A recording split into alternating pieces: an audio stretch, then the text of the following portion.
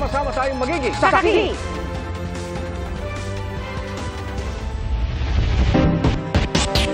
Mga kapuso, bago sa saksi, halos 8 milyong pisong halaga ng iba't ibang droga ang bistado sa mga parcel sa Pasay. Ating saksihan! Women's t-shirt ang nakadeklarang padala mula Amerika para sa isang recipient sa Bacolod City, pero 468 grams na marijuana kush pala ang laman ng nasabat na parcel sa Central Mail Exchange Center sa Pasay City. 655,000 pesos ang standard value nito. Ang isa pang parcel na galing ding Amerika, collectible camera film roll daw na papuntang Cebu City, pero naglalaman ng 96 na kahon ng marijuana oil na mahigit 5,000 pesos ang halaga.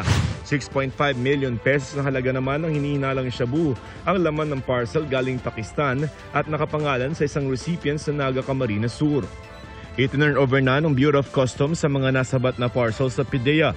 Sa dalampasigan naman ng Sanchez Mira, Cagayan, natagpuan ng 2 mangingisda ang bag na naglalaman ng shabu. Mahigit 1 kilo ang bigat nito at nagkakahalaga ng mahigit 1 milyong piso. Noong nakaraang linggo lang nang minatagpuan ding pakete na naglalaman ng shabu sa tabing dagat na sakop ng Lawag, Ilocos Norte. Para sa GMA Integrated News, ako si Joseph Morong, ang inyong saksi. Isa pang bago sa saksi, tataas ang presyo ng LPG sa unang araw ng Agosto. Magpapatupad ang Petron ng 30 sentimong taas presyo sa kada kilo ng kanilang LPG. Katumbas po yan ang mahigit 3 pisong dagdag sa kada regular na tangke. Ang Sulane, 27 sentimo naman ang dagdag sa presyo ng kanilang LPG o halos 3 pisong dagdag sa kada regular na tangke. Bistado na NBI ang mahigit 20 milyong pisong halaga ng shabu sa Las Piñas City na itinago pa sa mga solar light. Arestado ang Nigeria na magpapadala sana nito abroad, pati na ang kanyang live-in partner. Saksi, si John Consulta. Tila ordinaryong package lang sa unang tingin ang laman ng sasakyang ito na hinarang ng NBI Special Task Force sa bahagi ng Las Piñas. Inaresto ang isang Nigerian national at kanyang kalibid partner na nagtangkarong ipadala ito. This is your package? Yes, sir. This is something that I sent. Pero nang buksan, tumambad ang ilang piraso ng solar lights na may paketeng isiniksik sa loob. Nang eksaminin ng chemist ng NBI ang plastic na nasa loob ng mga ilaw gamit ang kanilang equipment, ang resulta positive for methamphetamine hydrochloride, commonly known as shabu. Actually, I don't know what is inside. Someone asked me to send it to Nigeria. To Nigeria? Yes, sir. Ayon sa NBI, base sa kanilang informante, ilang beses na raw ginagawa ang pagpapadala ng droga ng suspect sa kanyang sinusuplayan sa kanilang bansa. Parang nangyayari, nanggagaling sa Pilipinas, i-abroad pa. Abay, something is wrong. Diba? Usually, from the other countries, dadalhin dito. Pero ito, iba. From here, dadalhin sa Nigeria. Umabot sa 3.87 na kilo ng shabu ang na-recover sa operasyon na nagkakahalaga ng 26 na milyong piso. Kakasuhan sa paglabag ng Dangerous Drugs Act ang dalawang inaresto. Para sa GMA Integrated News, John Consulta ang inyong saksi. Nagbabalang isang eksperto na posible mauwi sa pinakamalalang oil spill sa bansa ang paglubog ng MT Terra Nova sa Limay, Bataan kung hindi maabatan ang pagtagas ng langis. Ang problema, hindi pa maumpisahan ang paghigop sa 1.4 million liters ng industrial fuel. Sa Cavite, kung saan umabot din ang oil spill, 8 lugar ang isinilalim sa state of calamity. May fishing ban na rin sa 9 na coastal towns mula sa Bacoor hanggang Ternate. Saksi, si June Veneracion. Hanggang kanina, may naghahango pa ng tahong sa Bacoor, Cavite. Marami pa rin nagtitinda sa tabing kalsada. Hindi pa raw apektado ng oil spill ang kanilang produkto. Pag yung may langis na yan, hindi na sila hango, ititigil nila hango. Kasi sayang din, masisira din kung hindi na mabibili sa amin. So hanggang kayo naghahango pa kayo? Opo. Ayan po, ito po ang laman. Ayan po ang laman, napakaganda pa ng laman. Kasama ang Bacoor sa 7 bayan at isang lungsod sa Cavite na isinailalim na sa state of calamity. Nagpatupad na rin ng fishing ban sa 9 na coastal towns mula Bacoor hanggang Ternate.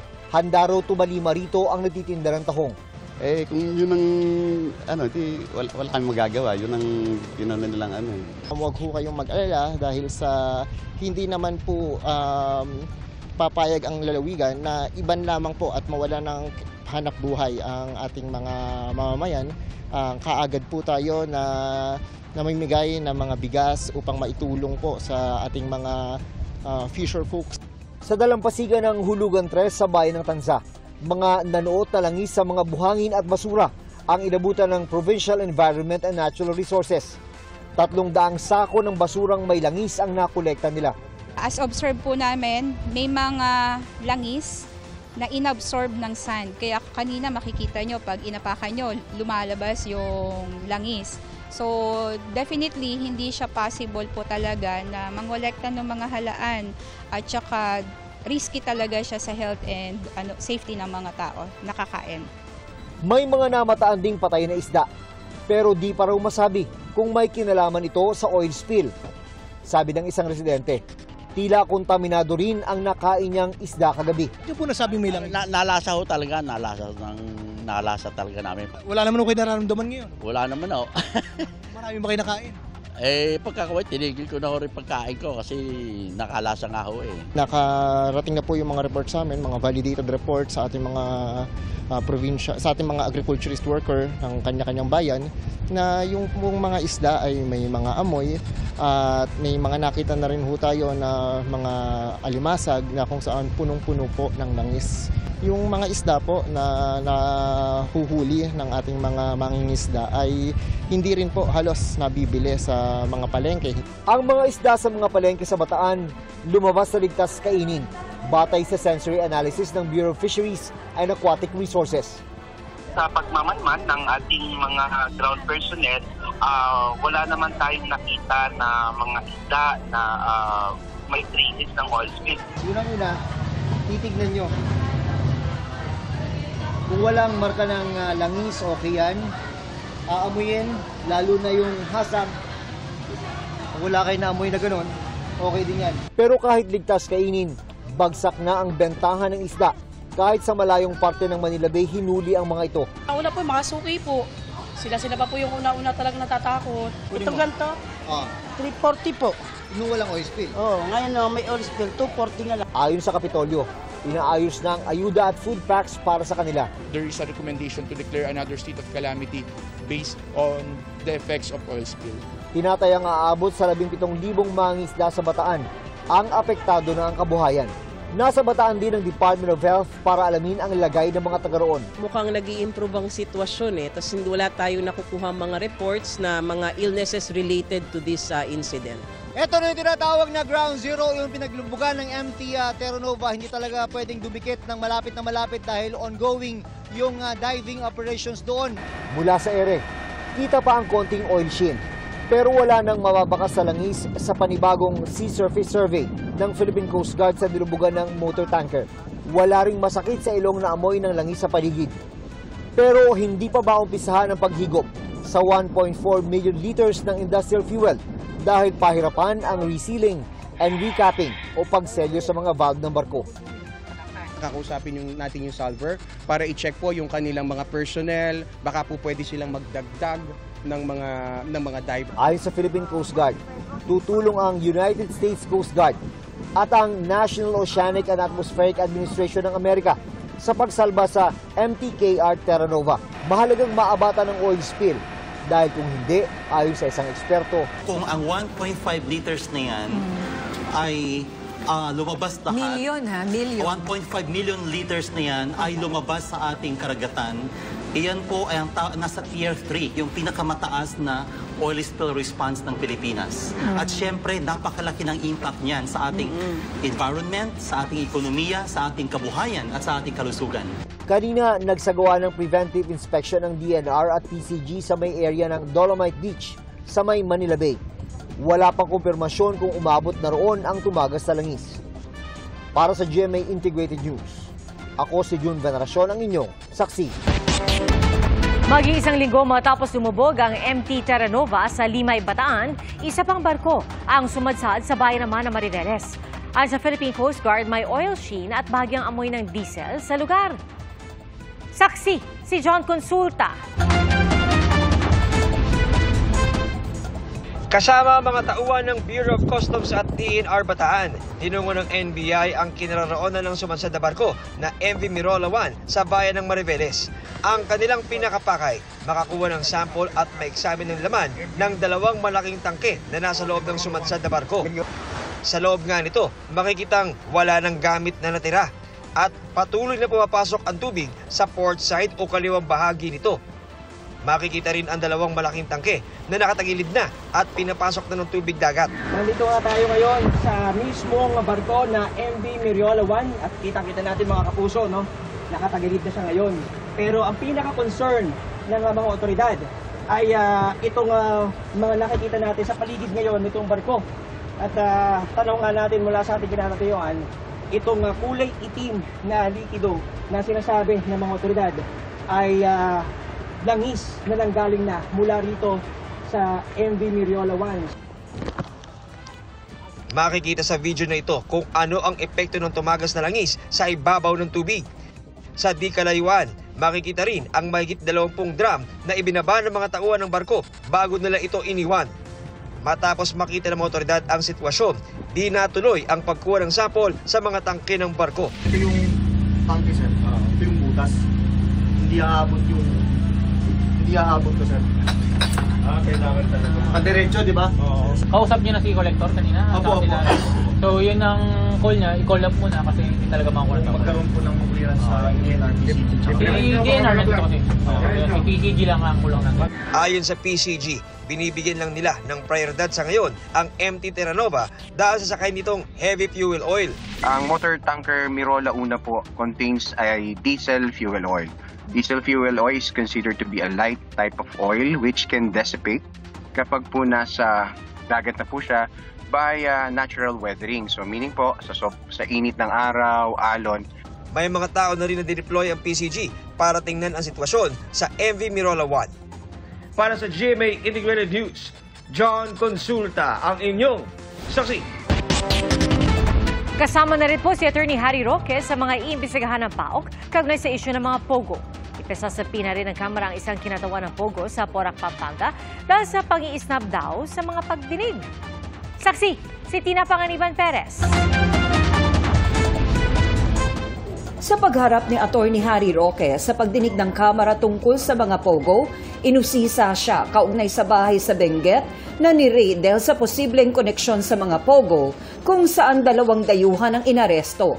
Nauna nang sinabi ng PAOK na isa sa mga arestado wanted para sa malawakang fraud sa China at panloloko umano sa halos 200,000 tao. Hindi ko po kakilala itong 2 tao. Inaamin ko po that I have an interest in the corporation that owns the house. With these developments, sir, we will include former spokesperson Harry Roque in our investigation. Ipapasapi na naman dahil sa pag-iisnab sa mga komite ng Kamara si Cassandra Lee Ong. Si Ong ang sinasabing kinatawan ng Lucky South 99 Pogo sa Porac, Pampanga na sinamahan ni Roque sa PAGCOR para magtanong tungkol sa umano'y hindi nare-remit na bayad ng kumpanya nito. Maliban sa joint hearing ng House Committee on Public Order and Safety at ng House Committee on Games and Amusement, plano rin ng Kamara na magsagawa ng inspeksyon sa mga Pogo. Inaasahang kasama rito ang ilang leader ng Kamara. Humarap din sa pagdinig si Chief Presidential Legal Counsel Juan Ponce Enrile na sinabing sang-ayon siya sa Pogo ban na dineklara ni Pangulong Bongbong Marcos. I will kick out Pogo in this country. Pogo is a money laundering operation. Kasama niya ang anak na Administrator and Chief Executive Order naman ng Cagayan Economic Zone Authority o CESA na itinanggi namang may Pogo roon. I want to categorically state that there are no Pogos in the Cagayan Special Economic Zone and Freeport. May komento rin ang mag-ama kaugnay sa Executive Order No. 13 ni dating Pangulong Rodrigo Duterte para sa pag-regulate at pagbibigay ng lisensya sa gambling at online gaming facilities. It was ill-advised. They did not study it well. My God, Pogo was banned by Cambodia, banned by many countries in Central Asia, and we adopted it here. And why is it that until now, you have focused in Banban and Porac and without PAGCOR being able to control them. Is that a wise decision, wise activity? Do you believe that Executive Order number 13 that was issued by the former President Rodrigo Roa Duterte was a mistake? Yes po. Okay. Because all the powers was transferred to PAGCOR. Yes po. Para sa GMA Integrated News, Tina Panganiban Perez, ang inyong saksi. Nag-hide ng reklamong drug smuggling at graft si dating Senador Antonio Trillanes IV laban kina Davao 1st District Representative Pulong Duterte, ang bayaw na si Second Gentleman Attorney Mans Carpio, dating Customs Chief Nicanor Feldon, at 7 iba pa. Bukod pa sa ilang John at Jane Does o mga hindi pa kilalang sangkot. Kaugnay po ito ng 6.4 billion pesos na halaga ng shabu na nabisong nakatago sa 5 bakal na cylinder sa isang raid sa Valenzuela noong 2017. Ay kay Congressman Duterte, welcome development ang paghahain ng reklamo para masagot niya ang mga ito sa proper legal channel. Inosentean niya siya at tiwalang malilinis ng judicial process ang kanyang pangalan. Wala namang sumasagot, bagamat nagri-ring ang landline number ng opisina ni Carpio habang cannot be reached ang kanyang cellphone. Wala pa rin sumasagot sa aming email at sinubukan rin naming tawagan at i-text si Feldon pero hindi na gumagana ang mga numero nito. Patuloy rin namin kinukuha ang panig ng ibang pinangalanan sa reklamo. Parang laro ang initsa ang isang trailer ng daanan ng namuong buhawi sa loob ng Middle Tennessee State University sa Amerika. Nabuhat ang trailer at umikot-ikot bago matumba sa di kalayuan. Ayon sa pamantasan, lagay ng equipment ang tumalsik na trailer. Walang nasaktan pero ilang puno at mga poste ng ilaw ang napaulat na nasira. Ayon sa U.S. National Weather Service, nabuo ang naturang buhawi sa kasagsagan ng thunderstorms na resulta ng malawakang severe storms sa Tennessee. Nagbitiw bilang kalihim ng Department of Trade and Industry si Alfredo Pascual. Kinumpirma ng Presidential Communications Office sa PCO ang resignation na epektibo sa Biyernes, 2 ng Agosto. Nagkita raw sa palasyo sina Pascual at Pangulong Bongbong Marcos na personal na tinanggap ang resignation. Kinilala ng Pangulo ang malaking ambag ni Pascual sa kagawaran. Manghihinayang man, nirerespeto raw ng Pangulo ang desisyon ni Pascual na bumalik sa pribadong sektor. At mga kapuso, salamat po sa inyong pagsaksi. Ako po si Pia Arcangel. Para sa mas malaking misyon at sa mas malawak na paglilingkod sa bayan. Mula sa GMA Integrated News, ang News Authority ng Filipino. Hanggang bukas, sama-sama tayong magiging saksi!